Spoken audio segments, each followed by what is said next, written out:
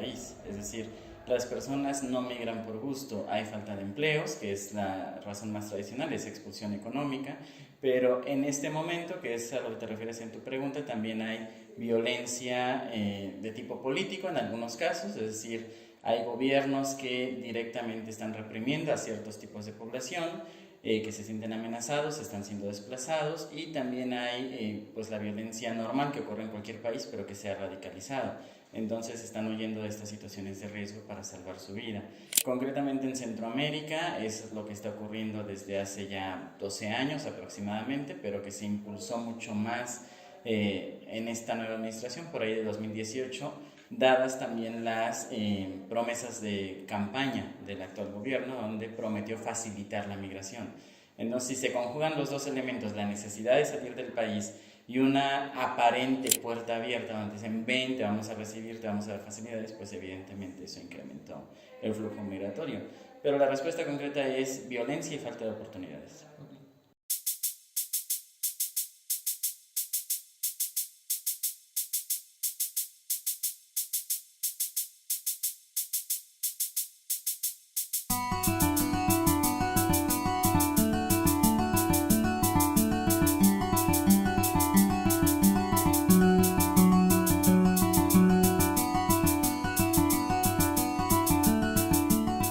Mi nombre es Augusto César Alfonso, tengo 53 años, soy oriundo de Caracas, Venezuela, y bueno, me encuentro acá en la Expo organizada por la Organización Internacional de Migrantes de Construyendo Puentes, acá en el Museo del Roble en la Ciudad de México.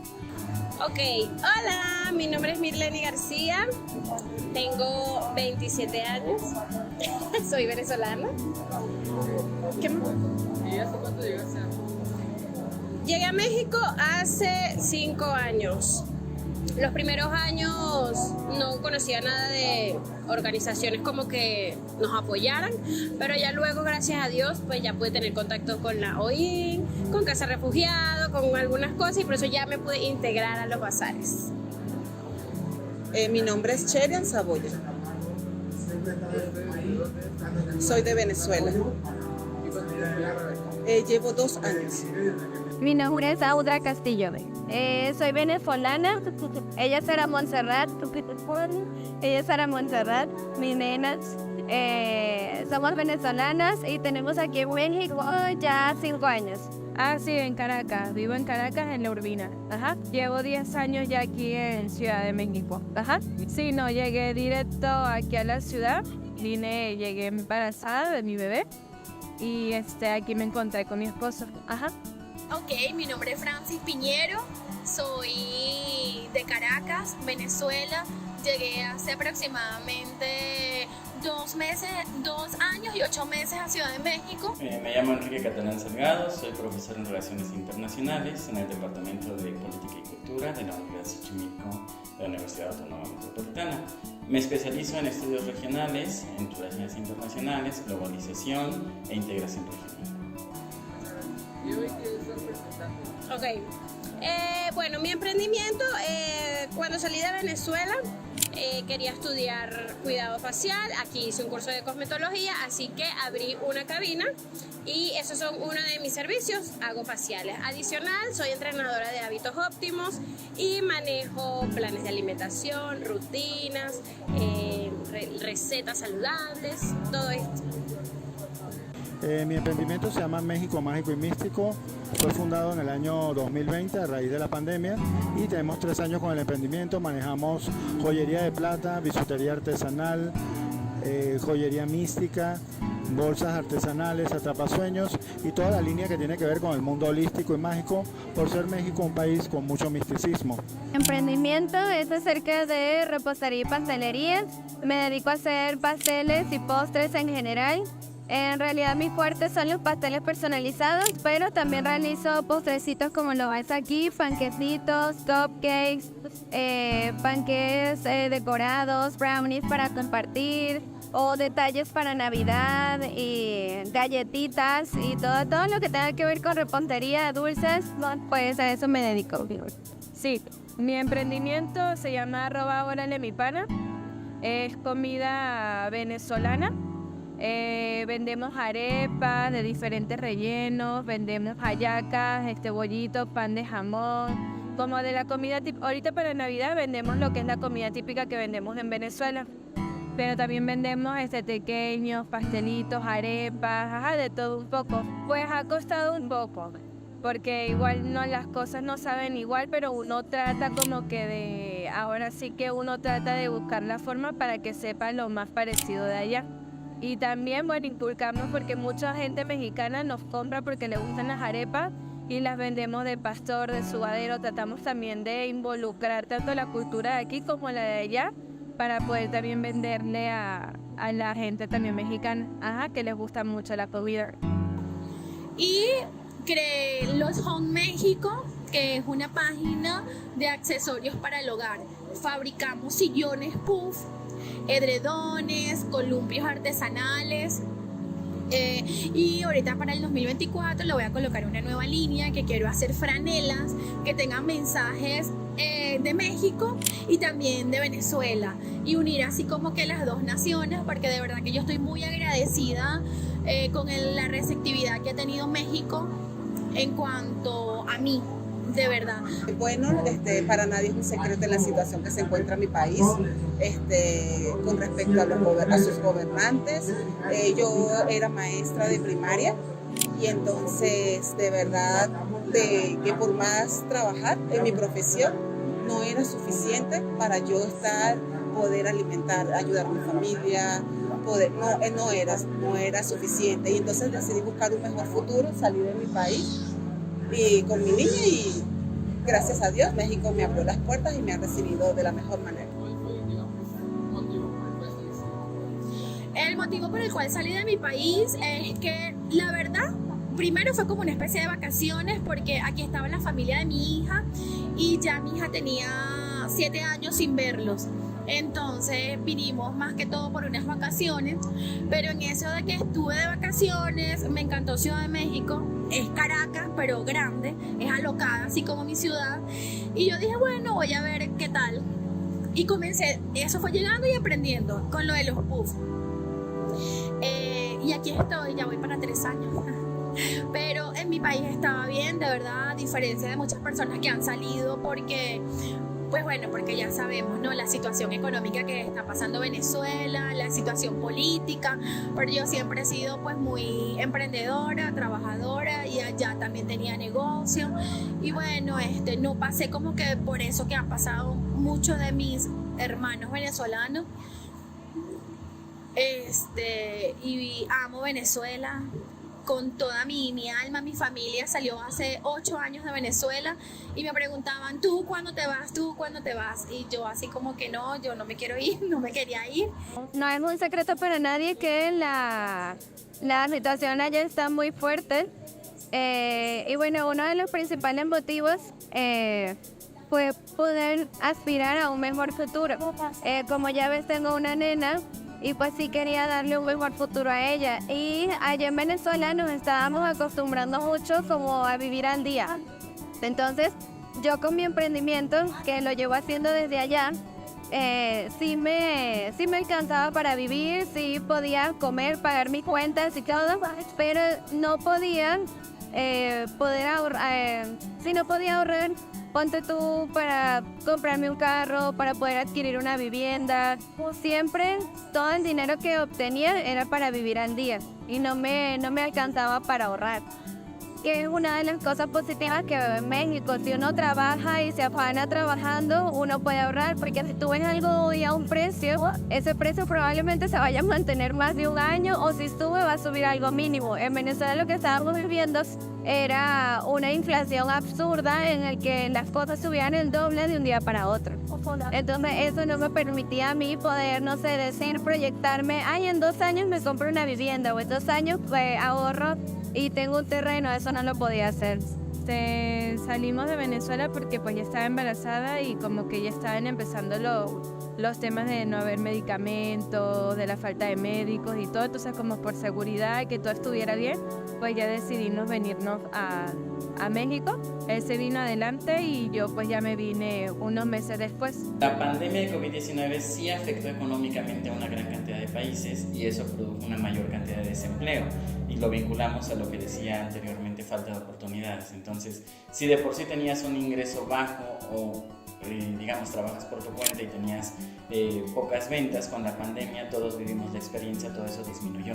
Entonces la situación económica empeoró sustantivamente para una gran cantidad de población en todo el mundo.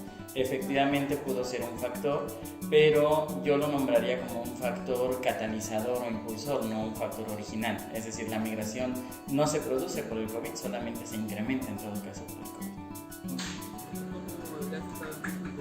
Oye, muy bien, muy bien. Siento que como que no hubiese salido de mi país. Siento que las culturas son similares y ha sido súper fácil integrarme, socializar. Y me siento bien porque fui recibida de la mejor manera. Hay personas muy amigables. De México, bueno, me gusta la cultura del país, la variedad de gastronomía que tiene y sobre todo que México es un país que tiene mucha cultura a nivel tanto de Latinoamérica como a nivel internacional.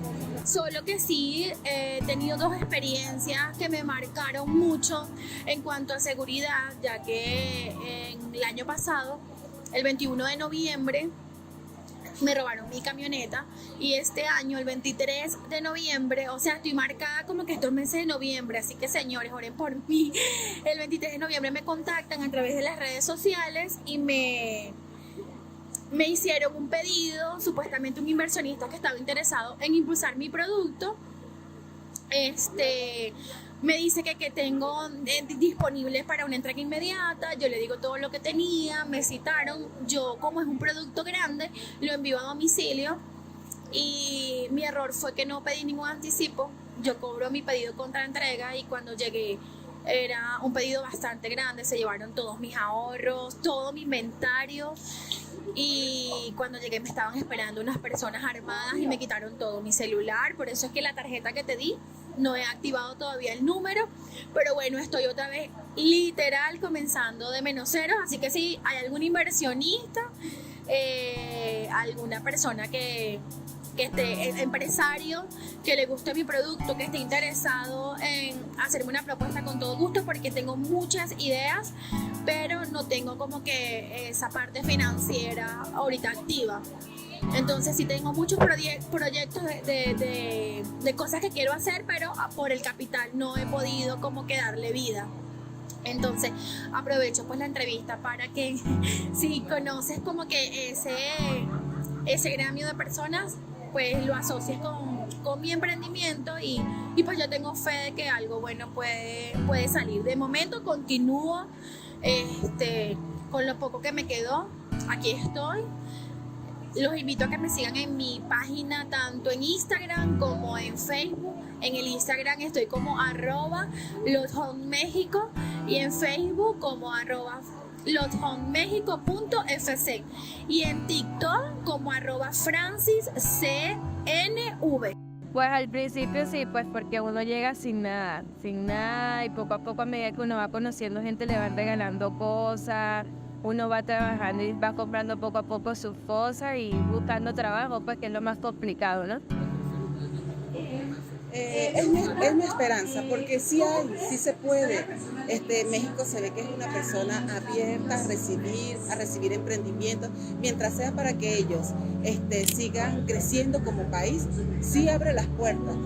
Yo a veces no entiendo por qué las personas lo toman como una vía para seguir a Estados Unidos cuando aquí hay trabajo, hay fuente. El que quiere trabajar de verdad, que lo puede hacer aquí con toda tranquilidad y no nada más, a veces que lo usan nada más para irse a Estados Unidos y no me parece.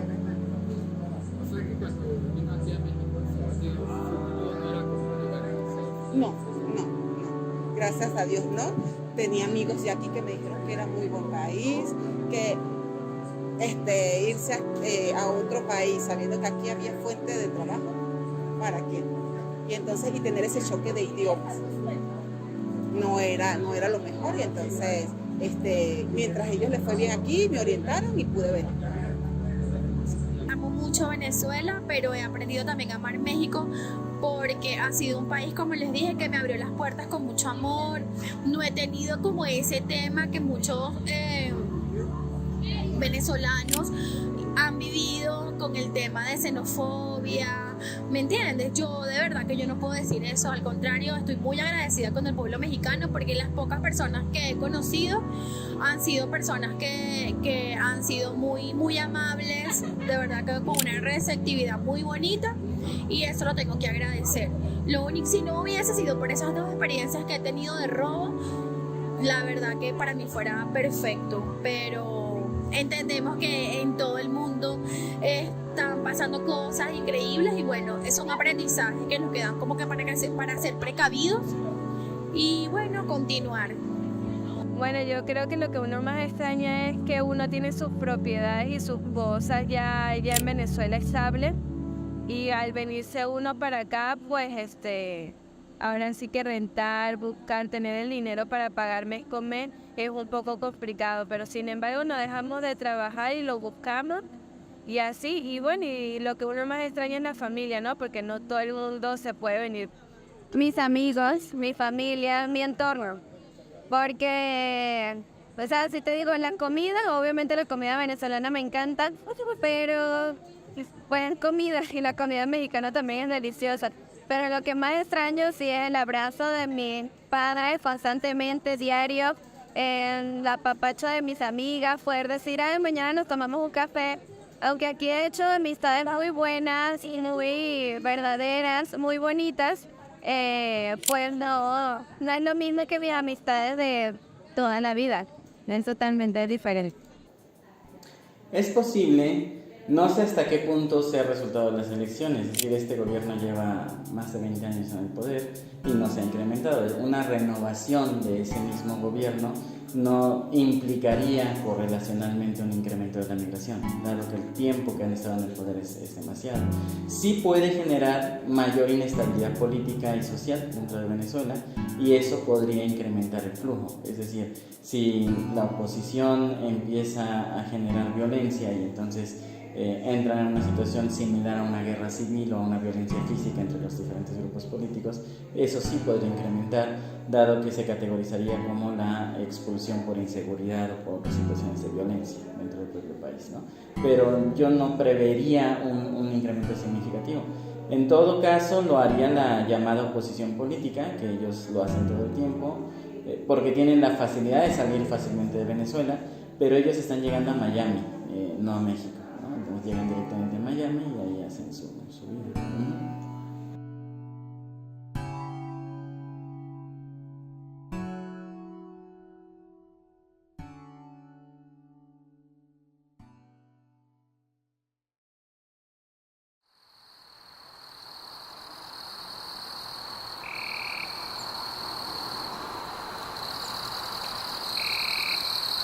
La política migratoria de Estados Unidos ha sido muy clara desde los últimos 30 años probablemente. Ellos en general no desean un flujo masivo de migrantes, sobre todo considerando el tipo de migrantes que están intentando ingresar a los Estados Unidos. Son personas como cualquiera, tienen derechos como cualquiera, pero en ese sentido la política de Estados Unidos es que tiene una migración deseada, que se le llama, que son personas con alto poder adquisitivo, por ejemplo, o que son personas con talentos extraordinarios. Ese tipo de personas de inmediato reciben la ciudadanía, ¿no? Y son incluso apoyados desde el gobierno. Este otro tipo de migrantes, que son los más comunes, ¿no? Campesinos, personas indígenas, personas, la mayoría de ellas sin estudios, tienen mucho más difícil el acceso, excepto que vengan de países donde Estados Unidos considera una situación de seguridad nacional respecto a su propia política. Concretamente puede ser Venezuela, puede ser Haití, algunos, por supuesto, Cuba. Durante décadas ha recibido una política, digamos, privilegiada de inmigración, y algunos países centroamericanos. Entonces, los migrantes que tienen esa nacionalidad tienen mucho más fácil el acceso a Estados Unidos, no solo en calidad de turista o o digamos de una persona que está haciendo los trámites, sino ya directamente con la ciudadanía, desde el primer momento que entra. Son programas especiales que desarrolla Estados Unidos, considerando que los considera perseguidos políticos, que está en peligro su vida, o que es una medida política que le sirve contra la política de los países que considera sus enemigos, como Cuba, que históricamente lo considera un enemigo político por razones ideológicas, o Venezuela, que ocurre lo mismo, ¿no? Por razones ideológicas lo considera enemigo. Entonces, facilitar estas políticas le permite a Estados Unidos elaborar una política interna y externa donde se configura una imagen negativa de esos países expulsores. Mi nombre es Antonia Janet Fuentes y tengo 41 años. ¿Y usted de qué país es? De Honduras. ¿Y cuándo salió de su país? Ya tenemos de haber salido creo que 15 días. Vamos a ver, sí, como 15 días. No, 15 a 20 días exactamente. Andrelín ¿Adelín? Okay. Núñez. ¿De dónde soy? De Venezuela. Okay. Maracaibo, Estado Zulia, exactamente. Okay. ¿Y hace cuánto salió de su país? ¿Hace cuánto? Hace un año. ¿Hace un año? Año y unos meses. Yo tengo 54 años, Alexis Díaz me llamo. ¿De qué país es usted? De Venezuela. ¿Y hace cuánto tiempo salió de su país? El 31 de octubre. Okay. ¿Y cuál fue el motivo por el que salió de su país? Por mucha inseguridad y por amenazas. Y como le digo, a veces por la situación, yo vivía en Roatán. Y claro, Roatán es un lugar turístico, pero igual por mis hijas que están adolescentes, pues quise salir, como le digo, hay muchos peligros y a veces uno sufre amenazas de personas, entonces por eso uno migra de su país. Entonces yo por eso tomé la decisión de darles una mejor vida a mis hijas, saliendo de ahí a otro país. Okay. ¿Y por qué motivo? Si se puede Por la saber. situación país. Okay. ¿Cuál era la situación? Que ahí Si ya se puede tenemos un saber. presidente que nos tiene la vida hecha un desastre y el país está vuelto a un desastre. Se nos va la luz, no nos alcanza el dinero para vivir, o sea, es como si hubiera dictadura. Hay una dictadura, hay muchos problemas en Venezuela. Y no hay gasolina, no hay comida, todo no te dura. El sueldo son $7 mensuales. No hay calidad de vida ya. Pues. Todo solamente el que trabaja con el gobierno. ¿Qué tan similar ve su país a México? ¿Se los ve muy diferentes o similares? No, son diferentes. Sí, para mí son diferentes. Porque ustedes tienen una cultura y nosotros tenemos la de nosotros. En manera de comida, de todo. Entonces, México es una ciudad muy limpia. En Honduras no acostumbran. Comen y ahí dejan. Y yo veo que aquí es un poco más organizado. Un poco más limpio. Una ciudad limpia. Sí. Entonces yo pienso que son diferentes culturas. Sí. Y no, en mi país, no sé, por eso le digo, son diferentes culturas. ¿Hace cuánto llegaste al albergue? Yo creo que exactamente como un mes. Un mes y unos días. Sí, porque llegué el 28 de diciembre, al 28 de enero, un mes y ya, bueno, corriendo unos días. No, llegamos con mi familia, mi esposa, mi hijo y una cuñada, el sobrino y su esposa. Somos 6. Aquí sí. Llegamos aquí y aquí nos quedamos, esperando que salga la cita para ir a Estados Unidos. ¿Usted está esperando salir a Estados Unidos? Tiene que estar uno aquí en Ciudad de México, si no, no la podéis realizar. ¿Y cuando llegó a México, usted salió solita o salió con familia? No, amigos? vengo con mi papá, mis hijas y mis hijas. De Sudamérica forzosamente tienen que pasar por Centroamérica, es migración por tierra prácticamente, excepto en el llamado Tapón del Darién. Es una zona muy peligrosa que está en Panamá, hay crimen organizado, pero también es una zona muy agreste. Es tan complicada geográficamente que incluso la carretera panamericana ahí no logró construirse, está totalmente bloqueado. Entonces ahí dan un pequeño salto, digamos, por mar generalmente. La ruta migratoria tanto de Sudamérica como de Centroamérica es por tierra, salvo esa pequeña parte. Algunos toman vuelos dentro del continente hasta poco antes de llegar a México, digamos, tomarían un vuelo a Centroamérica y ahí se vendrían caminando. En México sí cambia la ruta por la cuestión de la delincuencia y el crimen organizado. La ruta más corta hacia Estados Unidos es por el Golfo de México, ¿no? O sea, te vas pegado, llegas justamente a Nuevo León, a todos estos lugares, y por ahí podías atravesar, pero es una zona que ya está muy dominada por el crimen organizado, particularmente la zona norte. En Veracruz hubo muchos problemas hace, sí, lo sigue habiendo, pero hace 15 años ya había demasiados secuestros, demasiadas violaciones, era prácticamente imposible para un migrante atravesar Veracruz.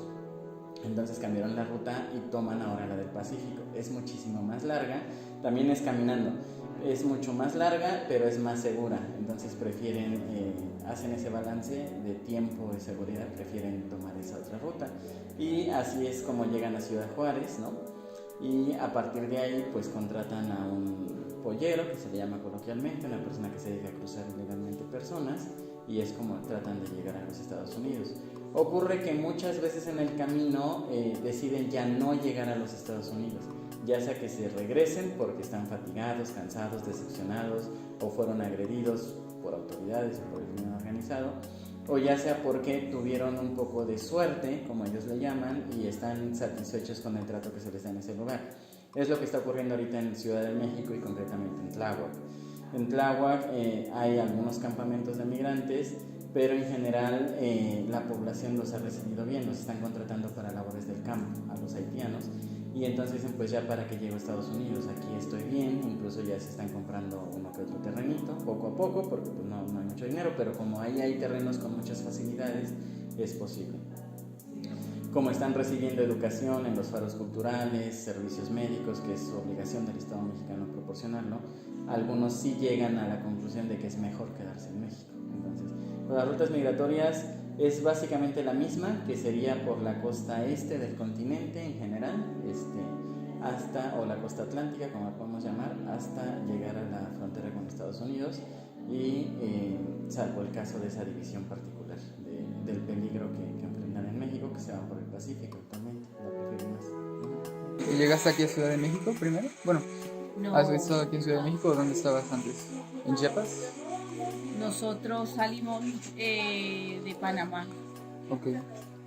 Yo viajé de avión, ahí en Panamá duré un año y decidimos venirnos a hacer esta travesía, pues. Y recorrimos diferentes países. Okay.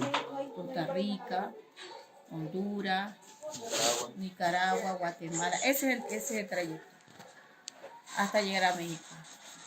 Okay. ¿Y llegó por Guatemala y Chiapas? Sí, por Guatemala. Pasamos por Guatemala. Sí, como te estaba diciendo, nosotros salimos desde Venezuela a Colombia. De Colombia nos fuimos por hacia el Darién. Hacia el Darién llegamos a la ONU en Panamá. Y de ahí fuimos recorriendo los países, pues, llegando a Costa Rica, Nicaragua, Honduras. Y el más fuerte fue Guatemala y México. Okay. Ahí sí. ¿Y en algún momento de su trayecto tuvo algún problema con autoridades migratorias de México, pero de México? O, Yo creo que eso fue lo más ¿eso complicado. es lo que más complicado? Porque, como le digo, para poder dejarnos pasar tuvimos que darles algo.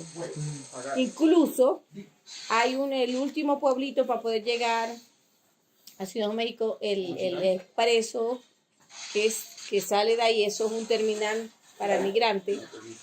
Ay, en mi caso tuvimos nueve alcabalas, de las cuales las 9 alcabalas tuvimos que darle dinero. Sí, la verdad que sí, hay bastante corrupción.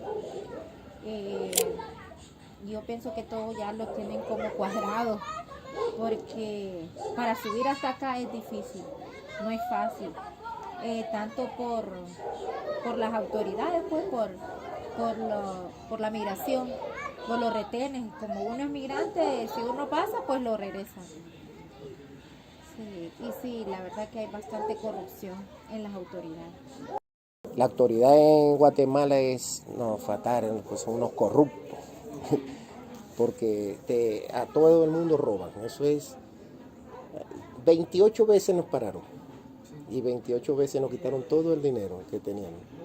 Es más, yo pasé Guatemala con mi familia a México y en la balsa nos desviaron y nos tiraron supuestamente era el cartel. Y nos pidieron dinero, $100 por persona, si no, que me iban a quitar un dedo y una oreja. Y a mi esposo y mi hijo se lo iban a llevar el cartel.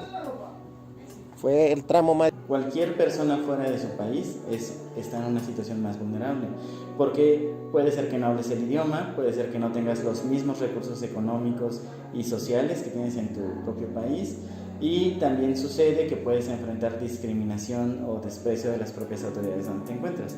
El caso del migrante en México enfrenta esos tres. Es una población económicamente vulnerable, no tiene dinero para pagarse, por ejemplo, hoteles, que es lo que haría un turista, entonces duermen en la calle y están más expuestos a la violencia, lo cual los hace más expuestos al crimen organizado. Ahora, la segunda razón es que el crimen organizado, pues lo que hace es buscar el negocio. No es contra los migrantes en sí mismos, lo hace también contra la población mexicana, pero ellos hacen una evaluación de riesgo, de secuestrar o abusar o ejercer un crimen contra un nacional que puede recurrir a las autoridades, que sabe a quién recurrir, es decir, conoce los procedimientos jurídicos, conoce los niveles de gobierno, etc. Y además le van a hacer más caso a las autoridades a recurrir a alguien que nadie conoce, es decir, el migrante, porque está lejos de su casa. ¿Quién es ese migrante que secuestraron? ¿Quién sabe? Nadie lo conoce, no es un vecino del lugar, ya no veo al vecino, ¿no? ¿Quién va a denunciar esa desaparición? Lo mismo ocurre con la población vulnerable en las calles, concretamente los vagabundos, las personas sin hogar, que también se les llama. Todas esas personas, dado que la sociedad de alguna forma cierra los ojos o se lava las manos frente a ellos, son mucho más fáciles de ser abusados, violentados, secuestrados o asesinados por el crimen organizado, porque nadie va a ir a denunciar la desaparición de una persona de ese tipo, no porque el resto seamos malas personas, sino porque ni siquiera los conocemos. O sea, yo no sé si debería o no estar ahí, por lo tanto no me extraña que ya no esté, por lo tanto no considero necesario levantar una denuncia, ¿no? Como si lo haría con un familiar, con un vecino, etc. Y eso es el grave problema con la migración, porque los pone en hipervulnerabilidad, ¿no? Por un lado las autoridades, que pueden actuar mal, muchas se sabe que actúan mal, pero también es que la población en general no se involucra, porque no sabemos, no hemos sido educados para involucrarnos en un sentido de supervisión y seguridad, pues más allá de lo que vemos en el momento. ¿Cómo ha sido su experiencia aquí en Ciudad de México? Bueno, si te digo, el proceso de llegar a Ciudad de México, un poquito complicado y fuerte. De verdad que tuvimos que, como quien dice, ir como que pagando todo. O sea, eso es algo asombroso y fue bastante fuerte. Es más, desde que salimos, de donde salimos, yo creo que incluso muchos que salieron aún más allá de que tuvieron que pasar Venezuela, Colombia, el Darién, que es frontera Colombia-Panamá, yo creo que se les hizo más complicado, porque he escuchado acá mismo México, o sea, llegar a Ciudad de México. Desde que cruzamos la frontera de Guatemala a México, ya se nos complicó la situación. Y de ahí tuvimos que agarrar, como dice aquí, combi, moto, lanchita, hasta caballo, pues tuvimos que caminamos horas, o sea, el proceso es bastante fuerte. Pero bueno, ya.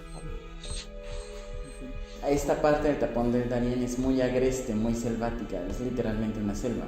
Entonces no hay caminos como en cualquier otro país que te puedas seguir la carretera y aunque sea caminando, pero sabes que para dónde ir. No, hay un punto en el que si no tienes un guía que conozca el camino, es muy fácil que te pierdas.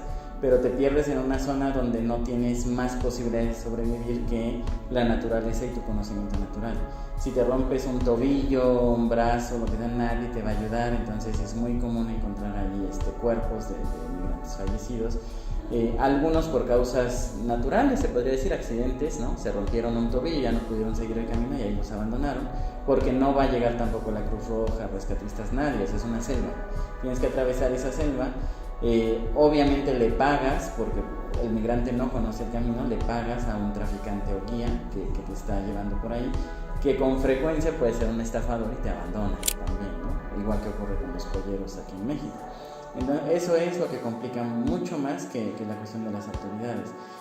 Habría que considerar que en una buena parte de Centroamérica y Suramérica hay convenios especiales donde ciertos nacionales no tienen problemas de migración porque los países tienen el convenio de que puedes transitar libremente. En América del Sur, por ejemplo, ¿no? En el Mercosur y en Centroamérica también ocurre con algunos. Eso facilita mucho su tránsito en esa parte hasta que llegas al tapón del Darién. Es eso. No, ya aquí, gracias a Dios, y no me quise seguir moviendo, porque todo el mundo sigue moviéndose hasta llegar a la frontera. Yo lo dije, no, yo voy a aplicar aquí me quedo. Y con mi familia dije, no, vamos a quedarnos aquí porque yo no quiero tener esa travesía, que tengamos problemas, porque en vez de, yo lo que decía, pues si el gobierno, supuestamente en la televisión dicen todo eso, que están ayudando a los inmigrantes, ¿por qué? Dicen mentira, porque no nos están ayudando. Prácticamente lo que están es los policías, que son los cuerpos policiales, lo que están es estafando a todo el mundo, quitándole lo que puedan. Y eso es duro, te lo digo yo, de que salí de Hidalgo hasta aquí, hasta Ciudad de México, eso fue, no. Llegamos en Arriaga y nos devolvieron hasta Tuxtla. Y de ahí que nos iban a ayudar con inmigración y lo que nos hicieron fue echar para atrás. Otra vez seguimos hasta que por fin llegamos aquí. Bueno, habían mentido, nos pusieron un expreso y todo que nos iban, es más, nos dieron comida y todas unas bolsitas. Íbamos creyendo que era verdad que nos iban a dar y que un papel donde podíamos transitar libremente. No, mentira, no fue así. Nos dejaron allá y después otra vez empezar a transbordarnos, porque esto es un despelote. Mírame las combis, ustedes le dicen camiones, ¿no? A los buses. Te cobran el triple de lo que cuesta el pasaje en realidad, porque somos extranjeros. Al mexicano se lo cobran normal y a uno se lo ponen el triple. Bueno, toda esa vivencia la tuvimos en ese, pero ya gracias a Dios estamos con ese muchacho que es mexicano, que es el hijo del dueño del albergue. Gracias a Dios, es muy buena gente. ¿Y aquí en Ciudad de México cómo siente a las personas? ¿O cómo ha podido hacer su vida en lo que después? Bueno, en lo que respecta, hemos tenido, como en todas partes, hay personas buenas y hay personas malas. Pero de verdad, gracias a Dios, no me puedo quejar y hemos conseguido trabajar, a veces un poquito más difícil que otros. Hemos conseguido de verdad, como te digo, hay gente de todo tipo, como en todas partes. Hay unos que son buenos, siempre hay malos y buenos, pero otros que, oh, Dios mío, gracias a Dios yo me quedé aquí, no quise salir más. Hasta que conseguí trabajo también. Mi esposa no quería ni salir a la esquina, estaba tan temorizada. Y ahora sí sale y va a la iglesia, ella asiste mucho a la iglesia y eso. Y entonces ya sale a la calle, yo le dije, tienes que distraerte porque tenía metido, hay tantas cosas que vivimos. Venía, loca pues. Y aquí, bueno, decidimos esperar una cita que nos otorga el gobierno de Estados Unidos, ya que entregarnos ahorita es un poco complicado, porque no somos solamente los venezolanos que estamos saliendo a buscar un mejor porvenir, sino otros países, tales como Colombia, Perú, Ecuador, incluso Haití, chino, o sea, es ahora una diversidad que salen de diferentes países. Ya no somos solo los venezolanos. Ok. ¿Y en este momento está esperando su cita? Sí, estamos esperando. Aquí, en este albergue, todos estamos esperando la cita. Unos tienen más tiempo, otros menos tiempo, pero todos estamos en ese mismo... De acuerdo. ¿Y si las dan aquí en Ciudad de México? Sí, ¿verdad? Eso es una aplicación que por ahí se pide, que la sacó por el Se gobierno pide de Estados Unidos. De Ciudad de México hacia más al norte se puede pedir. Exactamente. O sea, de Ciudad de México Sí, para abajo no. en realidad hay que pedirla de México hacia adelante. Ok. Para poder pedir la cita. Preguntarle, ¿usted para cuándo tiene su cita? No, todavía. Todavía no Eso tiene. Es como la solicitud. y Exacto, luego- eso todos los días, en horas distintas hay que pedirla. Ok. Entonces, cuando nos llega el correo. Bueno, se acepta y tal, y esperamos un transcurso de 20 días para poder viajar a la frontera donde nos toca la cita. Pues.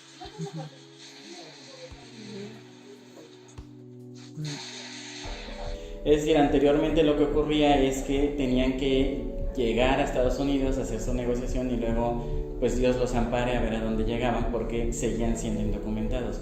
Ahora están en una condición, digamos, de regularidad esperando el resultado del trámite y con la aprobación del gobierno de México. Eso también explica la gran cantidad de migrantes que observamos, que cuando uno les pregunta, pues te pueden hasta mostrar el celular, dicen, mira, aquí está mi trámite, aquí está esta parte del proceso, estoy esperando la respuesta, ¿no? Mandan todo digital, se toman la foto en línea, etc. Y sí, hay muchos resultados favorables, o sea, no es una campaña inventada o que nada más sea por disimular. Sí hay resultados positivos, pero la queja recurrente, muy lógica, es que es muy tardado. O sea, para una persona que sale de su país, que está en un país extranjero donde no conoce a nadie, que no tiene recursos y que no puede trabajar porque tampoco es precisamente una persona con todos los derechos, es muy complicado esperar meses en esa situación. Bueno, por supuesto se quejan, se desesperan y eso ha llevado a la conclusión de varios migrantes de que mejor se quieren quedar en México, que es como la nueva tendencia. México ya no es un país de paso, ya es un país destino. ¿Cuál es el tipo de apoyos que ve que hace más falta, por ejemplo, aquí en el albergue? No, para las personas migrantes que van llegando, ¿no? ¿Qué es lo que más se les Bueno, o sea, te obtener? podemos dar la opinión de varios, porque quizá a él sea una cosa que le haga falta, como a mí otra cosa y a ella otra cosa. Pero en realidad yo creo que nos deben ayudar con comida, pero, o sea, comida que para que uno pueda cocinar acá, cosas así. Aquí nos ayudan mucho con ropa, calzado, nos traen comida ya hecha, pues. Y no sé, pregúntale, ¿qué ustedes creen que nos hace falta aquí en el albergue? A tú, Kenny. Mejorar también, podría ser. Sí. Colchoneta para los que van llegando, porque a veces que eso está muy full y no tienen donde dormir, duermen en carpas afuera, frío terrible, colchonetas, sábanas. Pero aquí nos dan ayuda en esa parte. Sí. ¿Qué es lo que más se necesita aquí en el albergue? Bueno, aquí de todo un poco, ¿verdad? Porque la verdad, pues, insumos de comida, que no lo hay, ¿verdad? Pues gracias a Dios hay un techo donde uno puede, tenemos agua, luz. Bueno, para mí, insumos, digo yo, de comida. Igual tenemos una pequeña cocinita ahí que si hubiera personas de buen corazón como ollas para cocinar, cosas que puedan servir, ¿verdad? Sí, eso, para mí eso. Hasta llegar aquí gracias a Dios, ahorita estoy trabajando. Okay. ¿En qué está trabajando? En una fábrica de harina para buñuelos. Okay. Comienzo a las 7 de la mañana hasta las 4 de la tarde. Y bueno, por eso es que te cogieron ellos, porque como saben que yo soy el que tengo organizado aquí arriba, porque esto era un despelote. Ya todos no eran cocinas eléctricas y se queman mucho. Ya entre todos reunimos y compramos una cocina de gas con bombona, bueno, no sé cómo le dicen aquí, pero la bombona de gas. Y con eso es que estamos organizando aquí todo y todos colaboramos para la limpieza. Bueno, estoy viendo que está ahorita esto más o menos, porque a veces, cuando estaban los haitianos, porque había muchos haitianos aquí, pero ellos son muy desordenados. Todo lo hacen en el piso, la comida, eso es, y por donde cogen dejan sucio. Y nosotros por fin ayer se fueron la mayoría, que les salió la cita. nosotros también estamos locos porque nos salga la cita. Nosotros llegamos aquí el 21 de noviembre. Desde el 31 al 21, el 31 de octubre al 21 de noviembre. Octubre, noviembre, sí. Esa lo pasamos en la travesía de países en países, la selva, todo eso. Hasta que llegamos aquí. Y aquí, bueno, gracias a Dios, ha estado más tranquilo, no se meten con nosotros la policía ni nada, porque está ahí aquí en la ciudad. Todo es en los sistemas donde está la inmigración, de pueblo en pueblo, ciudad, no sé cómo son aquí, si son estados. ¿Y usted planea llegar a Estados Unidos, a la frontera, o le gustaría quedarse aquí en Ciudad de México? La verdad, pues México es una ciudad muy bonita. Pues hay, como en todo el mundo, buenas y malas personas, ¿verdad? Sí. Y la verdad, pues sí, estamos aplicando lo de la cita de la City One. Estamos esperando cita. Sí, la idea es llegar a Estados Unidos. Si Dios quiere, ¿verdad? Y Dios lo permite, pues esa es el punto de llegar. No, quiero seguir a mi destino. Salimos de Venezuela fue a eso, si llegábamos a Estados Unidos. Y si no, me quedara aquí tranquilo y no estuviera aquí en el albergue, buscar un alquiler. Pero no, el destino es reunir y irnos hasta allá. Ahora, respecto a las elecciones que vienen de Estados Unidos, mi opinión es que no afectará demasiado esas políticas migratorias, pese a la opinión preponderante, porque los candidatos ocupan la migración dentro de su discurso de campaña política, pero lo ocupan en un sentido negativo siempre, porque saben que gran parte de su electorado es racista y discriminador. Entonces, por eso Trump, durante toda su campaña, tanto la previa, donde gana las elecciones, como la actual, suele recurrir al discurso de odio, a decir que los migrantes son malas personas, que son asesinos, que son violadores, que no quieren ese tipo de población, que no lo va a permitir, etcétera, para atraer a ese electorado. Sin embargo, una vez que se llega al poder, cambia eso y ya no continúan con esas políticas que se consideran negativas, porque internamente necesitan al migrante. Es decir, hay una gran cantidad de trabajos, de demanda laboral, que no puede ser suplida por la misma población estadounidense. Y ahí es donde los migrantes tienen un poder importante, no solo económicamente, sino también políticamente, ¿no? Porque sí afectarían la situación económica de Estados Unidos si se movilizaran.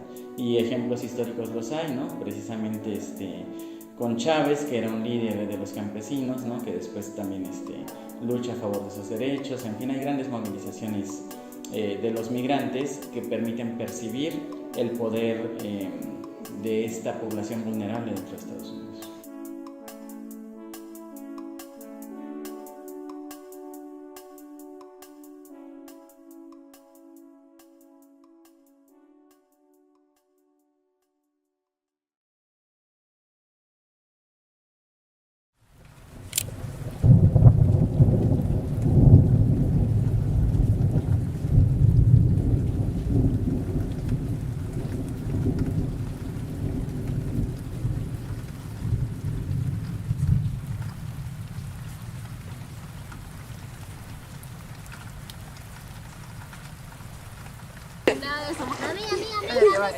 ¿A ti sí? ¿Cómo te llamas? Abraham. ¿Abraham? ¿Cuántos años tienes, Abraham? 8. ¿Y de dónde eres? De Venezuela. Dale, yo se me voy a hacer famoso. Sí, yo sé. ¡Mami! ¡Me voy a hacer famoso! El banco que se lo tiene Chris Nelson. Dale. Ah, ya va, ya. Hola, Abraham. Ay, perdón. ¿Cuántos años tienes? 8. ¿Y qué te gusta hacer, Abraham? Necesito que me hagan famoso esas mujeres. ¿Te gusta jugar fútbol? Ya va. ¿Qué estás comiendo? Arroz.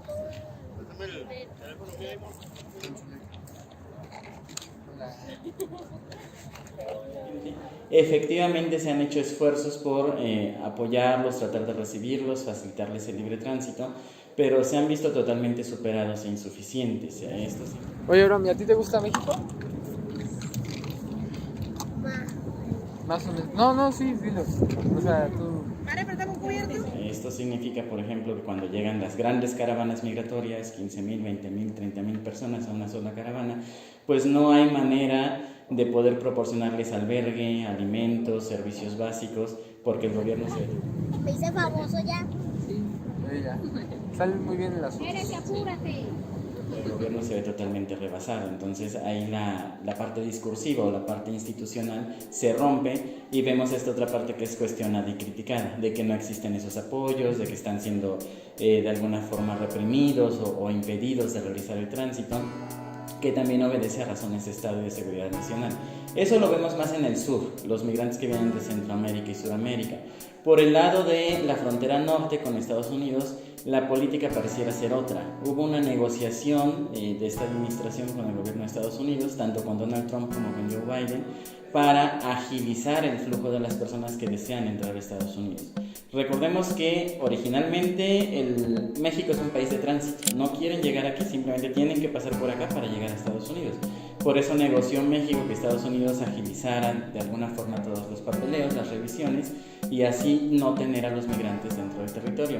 Al final lo que se acordó dentro de esa política migratoria es que México va a ser sí un país de tránsito, pero va a ser el tercer país, digamos, que se hace responsable de esos migrantes mientras ocurre todo el proceso. Otro trato diferente, o sea, un trato bueno, bastante ayuda y ayuda, pues, o sea. Pero la ayuda es más como de la misma gente de aquí de la ciudad o el gobierno, cosas no, así. de acá. Por lo menos siempre hay una señora con un carrito blanco y nos viene a recargar el agua o ropa, lo que ella va sacando de su casa, colchonetica o con lo que ella pueda ayudar, y aquí lo viene a traer y se comparten entre todos. Porque el gobierno no espera por nada. Nunca han recibido ni un solo apoyo, un apoyo. Antes ellos decían que si alguien nos ayudaba a nosotros, podía ser multado. Sí. Que por eso tal vez que tienen miedo de ayudarles a la gente, porque supuestamente son penados. Que ayuden como ciudadanos que, por lo menos aquí de Ciudad de México, a ayudarle a un inmigrante.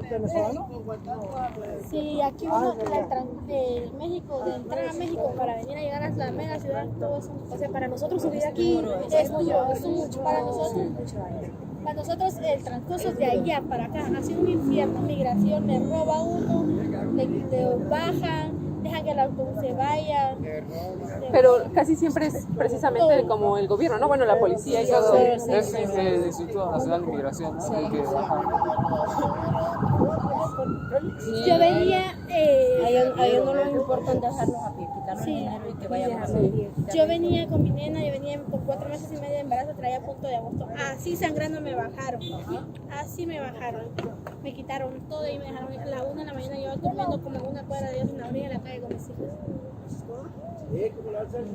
Caminar duro, caminar kilómetros, 30 kilómetros. También, cuando nos quitan el dinero, caminar a pie. Entonces, pues vemos dos políticas distintas, donde por un lado sí está impulsando fuertemente que se pueda realizar la migración.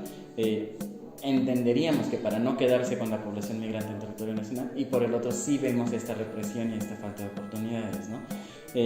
Al principio de la administración pudimos observar un apoyo muy solidario, por ejemplo ofreciéndole comida a todos esos miles de migrantes, ¿no? Con escenas tanto positivas como negativas por parte de ellos también. Había quien agradecía ese apoyo y había quien lo despreciaba, diciendo que ellos no comían ese tipo de cosas. Entonces es complejo la política migratoria y el gobierno de alguna forma la ha dividido según sus intereses nacionales, tanto respecto a Estados Unidos como respecto a América del Sur. Entonces, si uno no entiende nada, anda buscando trabajo, anda buscando, como le decía, cómo sobrevivir aquí en este país. Porque eso estamos buscando, cómo sobrevivir. Porque aquí le pagan unos 250, 300 y eso lo convierten en el día. Eso no alcanza para nada. No, pues aquí no alcanza para nada. Si va a comprar comida son 100 pesos. Claro. 85 y 60 para el mexicano. Pero como tú eres extranjero vale 100. ¿En serio? Sí, ¿Cobran más? Sí, señor, siempre los extranjeros le cobran más. Eso no se vale. Los pasajes valen 800, usted extranjero vale 1500. Sí, eso sí es verdad. ¿En la central? En la central. Sí. A mí me dijeron entonces, ahí por un pasaje. No debe ser así, hermano.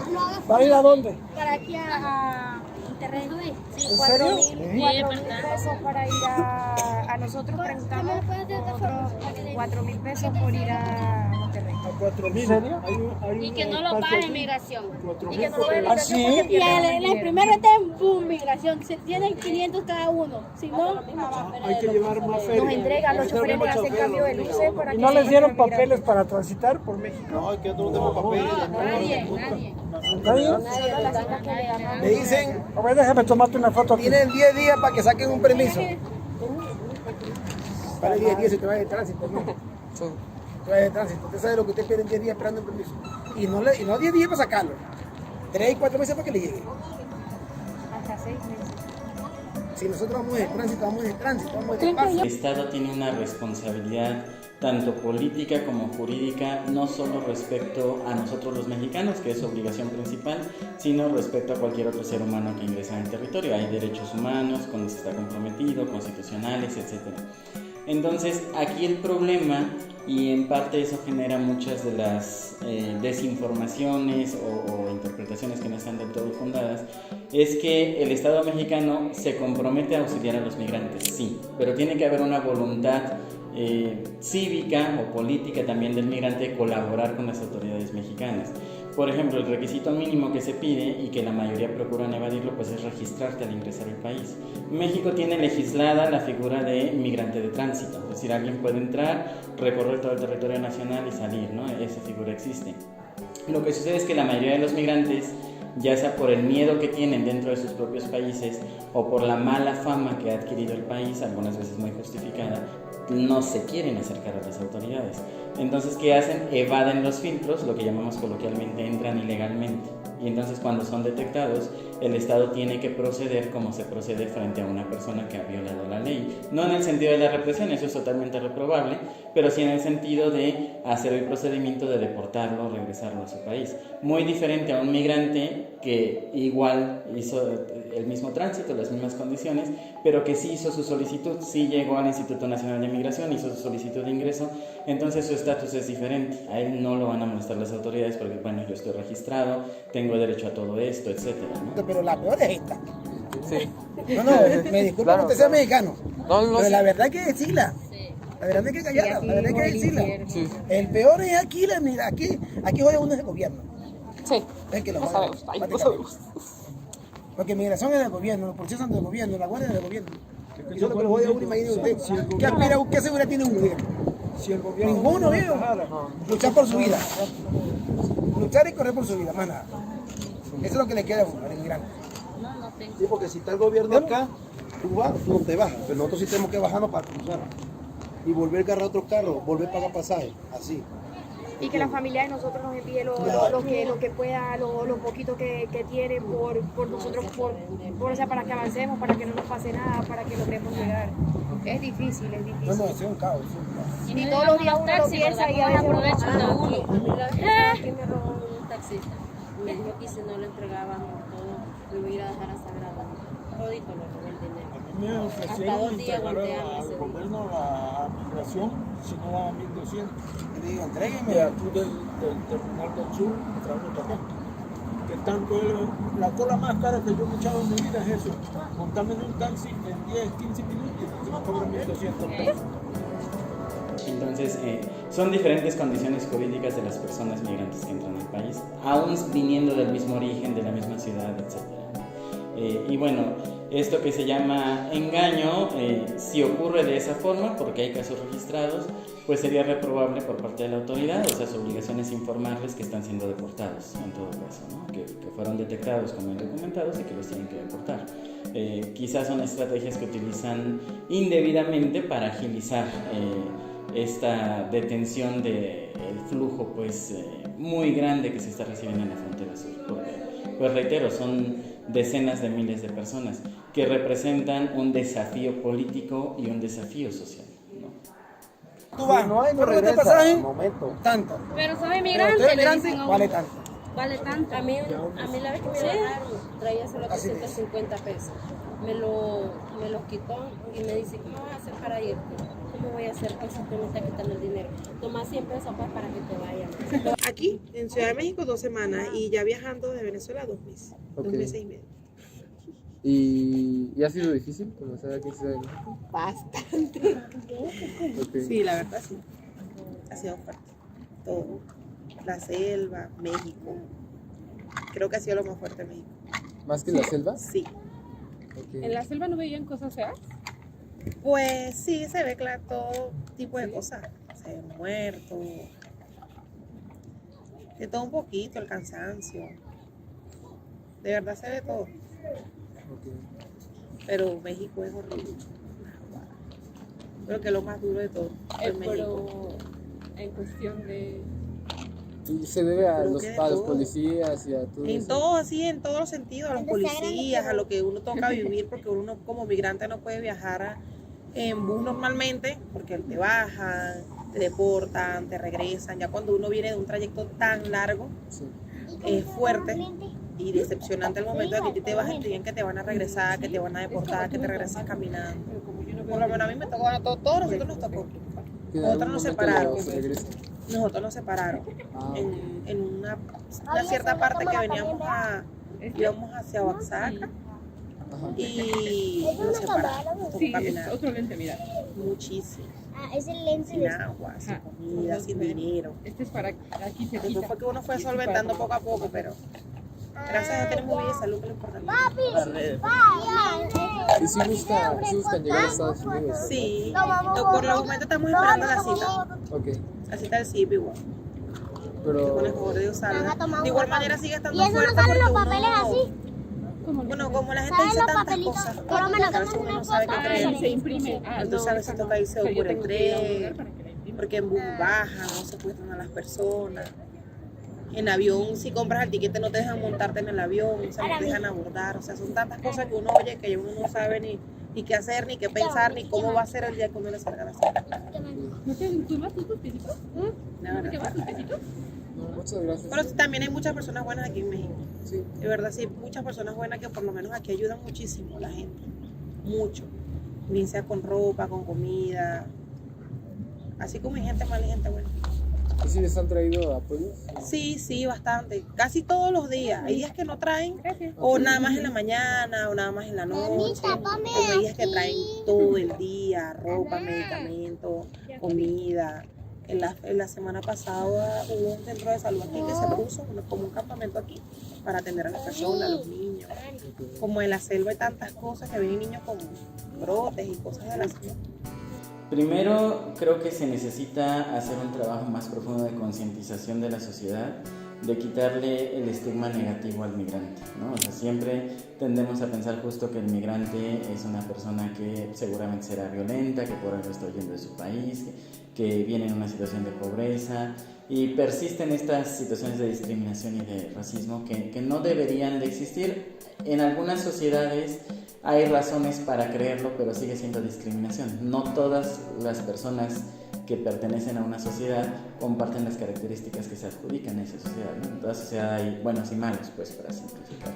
Entonces tenemos que quitarnos ese estigma, porque es muy frecuente observar que cuando el migrante se acerca a una persona simplemente para pedir información, ni siquiera ha dicho nada y ya estamos como en alerta, ¿no? Ay, ¿qué me va a hacer?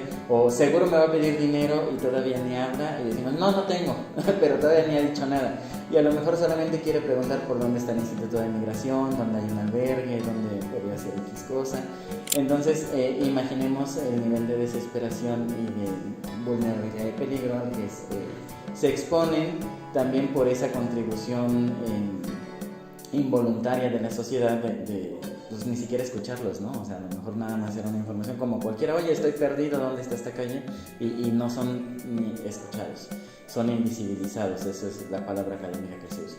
Entonces el gobierno tiene que educar a la sociedad, tiene que educarnos a través de campañas, pues de que todos somos exactamente iguales, de que no hay necesariamente una razón para tener un miedo, un peligro sobre esta población vulnerable, que de repente cuando son demasiados pues sí podemos sentir como ese, no necesariamente riesgo, pero sí esa extrañeza, porque tú estás acostumbrado a un ambiente social y de repente te ves rodeado de una población con características diferentes y dices, no, pues a lo mejor sí me pueden hacer algo, pero son prejuicios, son presunciones. Y eso se quita solamente con campañas de educación y concientización. Eso es una de las cosas que puede hacer el gobierno. Lo segundo, también habría que concientizar y eso es sumamente difícil porque requiere colaboración internacional, a las personas que están interesadas en migrar de que hay protocolos y procedimientos que por su propio interés como migrantes conviene seguir. Es muy desafortunado ver, y sucede en todo el mundo, no es sobre una población en específica, pero el migrante en algunos casos, bueno, en bastantes casos de hecho, pues está documentado, tiende a querer hacer su voluntad, ya sea por desesperación, porque tiene mucha hambre, mucha necesidad, ya sea porque cree que todas las autoridades son malas y lo van a tratar mal. Y entonces empiezan a violar las leyes, las disposiciones, los protocolos, a exigir cosas que no son procedentes, movidos por esa misma desesperación o necesidad. En el caso de México, por ejemplo, se dio el caso hace unos años que empezaron a bloquear carreteras los migrantes, exigiendo autobuses gratis que los llevaran a la frontera, ¿no? Eso no es obligación del gobierno mexicano, ni de ningún gobierno del mundo. Ni siquiera los propios mexicanos bloqueamos carreteras exigiendo transportes gratis. Exigimos muchas cosas, derechos, servicios, etcétera, pero no este otro tipo de cuestiones, y se generan malestares con la población local, lo cual activa prejuicios y valores negativos respecto a una población que no tiene por qué tenerlos, ¿no? Que están buscando otras condiciones. Entonces, un trabajo de concientización general. Por el lado de sus obligaciones legales, sí tienen que fortalecer la estructura migratoria. Desde el Instituto Nacional de Migración, por supuesto, los albergues que estén en mejores condiciones, en condiciones dignas, que se les provea seguridad, y en el caso de los apoyos de tipo educativo, pues también mayor difusión a los migrantes de que eso existe, sobre todo para los que no hablan el idioma, como es el caso de los haitianos que hablan francés. Eso les permite una mayor integración, en este caso a México. ¿Qué otras políticas se pueden seguir? Se necesita, por el lado que no se oye tan políticamente correcto, pero que de hecho es política y jurídicamente correcto, fortalecer la seguridad de los migrantes, no solo en su libre tránsito, sino dentro de los albergues. Se sabe que dentro de los albergues hay abusos hacia los migrantes, pero también se sabe que varios migrantes abusan dentro de los albergues para provocar situaciones que les permitan escapar, le llaman ellos, o obligar al gobierno a ciertas acciones. Tenemos casos muy lamentables, el caso de los migrantes cubanos que incendiaron intencionalmente un colchón para provocar un incendio dentro del albergue, ya que eso iba a producir una evacuación, según su teoría, ¿no? de su plan, y por lo tanto iban a poder escapar, y eso provocó varias muertes, pero fue provocado por la actitud de estos migrantes, ¿no? Entonces el gobierno ahí necesita fortalecer la seguridad para que estos accidentes no ocurran, ¿no? Independientemente de la evaluación que nosotros podemos hacer de la intencionalidad de estos migrantes. Entonces es un tema muy complejo, es muy multidimensional. Quizá como una última política se tiene que fortalecer la parte de las fronteras, no necesariamente para evitar el flujo, que ha sido la medida tradicional de todos los países, sino para fortalecer la asesoría, el seguimiento, la tutoría de los trámites que se deben de realizar. Muchos migrantes incluso no lo hacen porque desconocen totalmente, entonces a través de un seguimiento mucho más puntual, en que incluso podría ser internacional, como lo está haciendo Estados Unidos, ¿no? Se podría facilitar mucho la vida para los migrantes.